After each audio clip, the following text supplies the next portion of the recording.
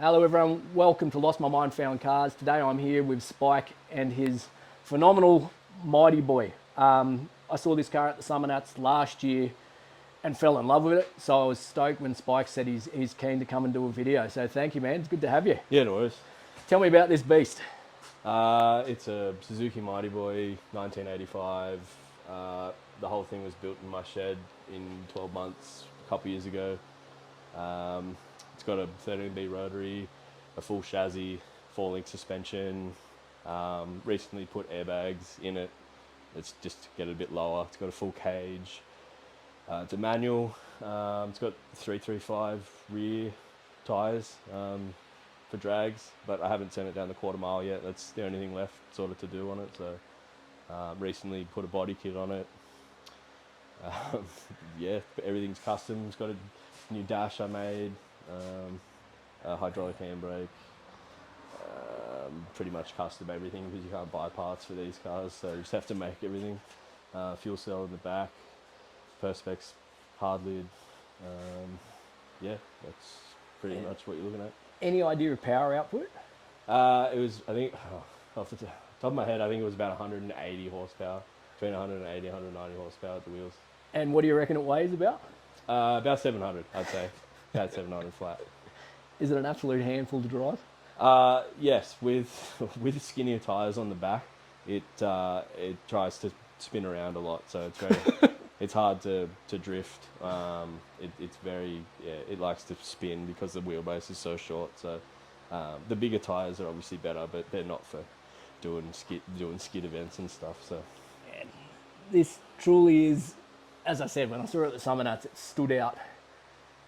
I love the sound. Obviously, personally, absolutely love the sound of a rotary, whether it be Bridgeport, J-Port, or whatever the case may be. But to add the look of this thing and the tiny proportions of it, and you're a big dude, how do you go fitting in this thing? A lot of the time I get that question is like, oh, how do you fit? But because the frame was made separately to the car, and then the whole underside of the car was cut out, when I lowered the body down onto the frame, I built the floor and the tunnel as tight as I could. So there's actually heaps of room compared to factory. There's more room in that car than there is if you just had a factory Mightyboy. So Gotcha. it's pretty easy. The hardest part's the roll cage. It hits the top of your head if you go side to side a bit. So that's probably the worst part. I just love it. There's a million reasons I love this car. He just pointed out the last time I heard it, it was running longer pipes and the new exhaust literally just coming straight out of the motor, out of the side of the car, which... Look, I'm a fan. I can't say the same for my neighbours or other people at like track days and car shows. A lot of older people are not a huge fan, but everyone else seems to like it. It is pretty loud. Man, it's meant to be loud. It's meant to be loud. And just go with the look of this thing, to have that sort of menacing sound to it, you can't really beat. It is confusing because you hear all this noise and then this tiny green thing comes past and you're like, what the hell? Man, I love this thing. Congratulations on building it. It's Thank you. Phenomenal. All done in the shed by you Yeah. and your support crew, which we'll get to in a second. But man, well done. I love this thing. It's almost finished. Will it ever be finished? I would say this coming year, definitely it will be finished. Good man.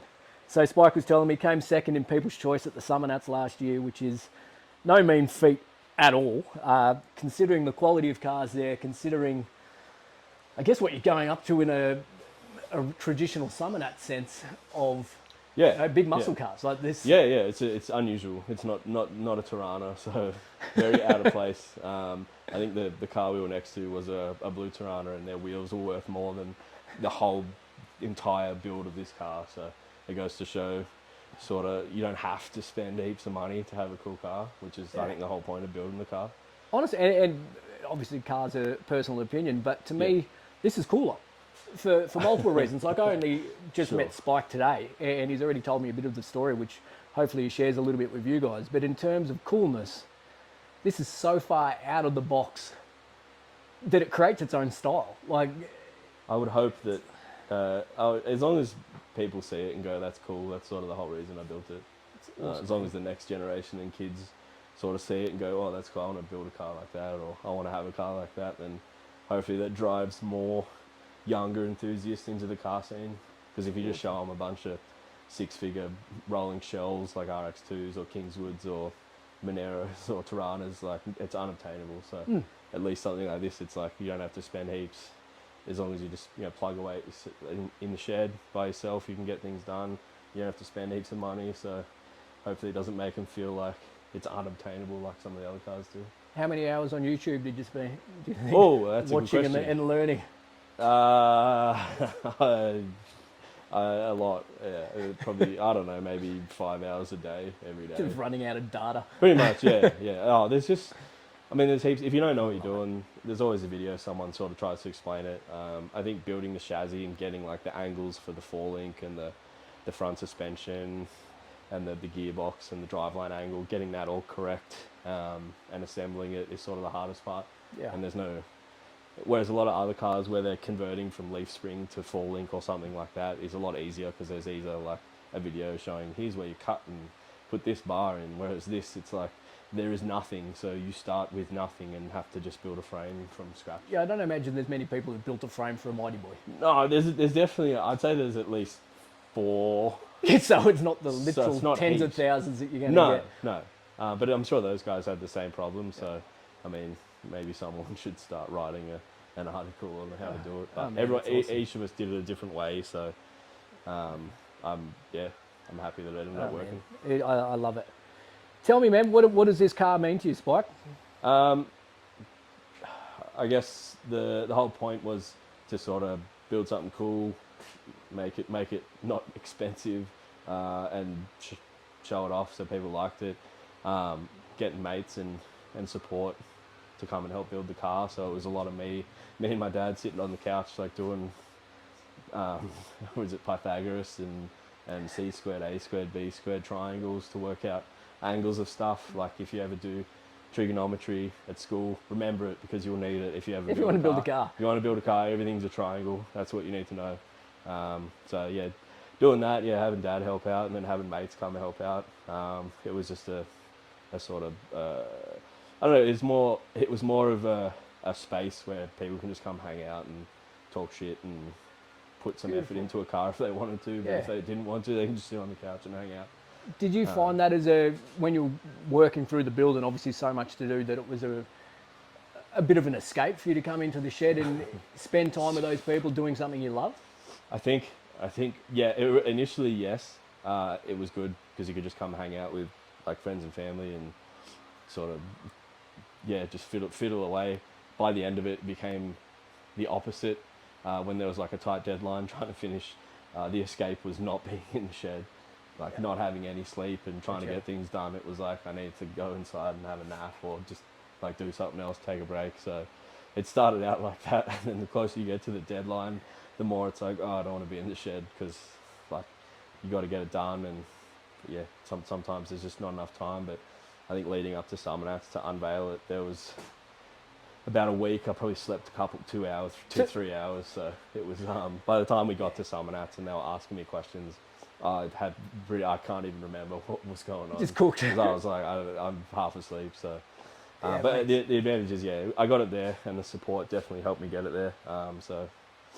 It's beautiful. Yeah, so Spike was saying the Summermnats basically came to him and said, we'll give you 6 months before obviously the event kicks off and you can unveil it if it's ready to go. So that added an immense amount of pressure off the back of it. Yeah, it was interesting because I submitted an entry just on the basis of, maybe the car will be finished or half finished and we'll take it if it's done. If it's not, I'll still go. And then because I hadn't filled out any of my entry form, they rang me and they're like, what's this car? What are you doing? And I was like, it's a kind of a secret and I'm just building it in my shed. And they ended up having a look at it and saying, if you can get it done in 6 months, like we'd like to have it in the exhibition hall and unveil it in the top 60. And I was trying to make sure that they understood that they were going to get a car built in the shed, not a car built by some like high level fabricators and performance shops. So, but they were like, yeah, we want it. So I think then it gave us a 6 month deadline, had to get it done. And then it was not long after that my dad passed away. So then it was like, we got a 6 month deadline and I've got heaps of other stuff to deal with. Like, is it worth trying to get it done or not. And I think everyone convinced me that I think he would have been prouder and happier to have the car done, even though I had heaps of other stuff to do. So I did my best. It rocked up at Summermnats, not finished. We were late. We were 1 day late. And then when we got it there, it was still in pieces. So we sort of rolled it in and held a sheet up so you couldn't see it, and then started putting pieces of it back together, and then trying to clean it under the car cover. And it was such a rush. And it wasn't up to the standard that I would have liked, but with the deadline we had, it was the best we could do. And as I mentioned before, coming second in People's Choice is testament to how amazing it is. Do you feel now, having lost your dad, is there like a part of you that connects you to him through the Mightyboy as well? I don't think I could ever get rid of it. The memories and the time spent is just too. I mean, I could sell the car and I'd still have the memories, but I think it's more every time I look at it and work on it, the memories are there. So I think I'll be holding on to it for a very long time. And every time I work on it, it brings back good memories of having that help with him with the car. So I think I'll hold on to it for quite a while. I just think it's beautiful to have that connection. You know, you I guess the last period of time you got to spend with your dad was doing something you love and not something he building. loved. That's it. He was not into cars really at all. So having him come round and begrudgingly work out like what dads are for. Pretty much, holding things to weld them and like it was never his thing, but it was my thing. So he was always here, like, because it was my thing. He just wanted to help. So man, it's a testament of love when someone gives you time and obviously add levels of expertise that he could add to it. Like that is just someone loving you in a. It's not. I don't think it's always easy for men in the culture we live in to obviously talk about love and show love. Like to be able to give time, expertise, and just support in general is a beautiful thing. It was good to have him help out when he could. There were some days when he'd just have a bunch of paper in his hand and some triangles written on a piece of paper trying to work out like an angle, and then I'd wait like 10 minutes and then go have a look and he'd be asleep. And I'd be like, okay, I guess I'll do it, and then I'd just let him sleep on the couch while I tried to figure it out. So still there together. No, that's right, he was still there. So. Oh man, I love that story. It's beautiful. It's horrible that you had to lose your old man, but I like that you've got something as a bit of a commemorative sort of piece that you got to do together. What's my last question to you, and something I'd like to ask everyone I meet really when I'm talking about what they're into, is what does this car make you feel when you drive it, when you look at it? When I drive it, scared. That's the best answer yet. When I look at it, it makes me feel, I don't know, sort of, what's the word? I feel like I accomplished something, and it sort of makes me feel proud that I was able to build something like this in the shed with the help of some mates, and it became what it is, and heaps of other people like it and enjoy it, and kids like it, and the whole point was to try and get the next generation to look at cars and want to be into cars and know that it's not unobtainable. So I think seeing all the people that like it, it's sort of, the best feeling is seeing a bunch of kids and stuff look at it and be like, fuck, that car's cool. Like that's the most important thing to me. I love that. You've got a smart car sitting here. Are you willing to unveil those plans to the world? Look, you don't have to by any means. Look, it's next. It's on the list of projects. But if it ends up with a turbo bike engine in it, then it ends up with a turbo bike engine in it. What falls into it. So we'll see. We'll see what happens. Spike, man, I really appreciate you sharing your story and letting me come and look at your car. You're a legend, man. That's right. Well done. No worries. Thank you.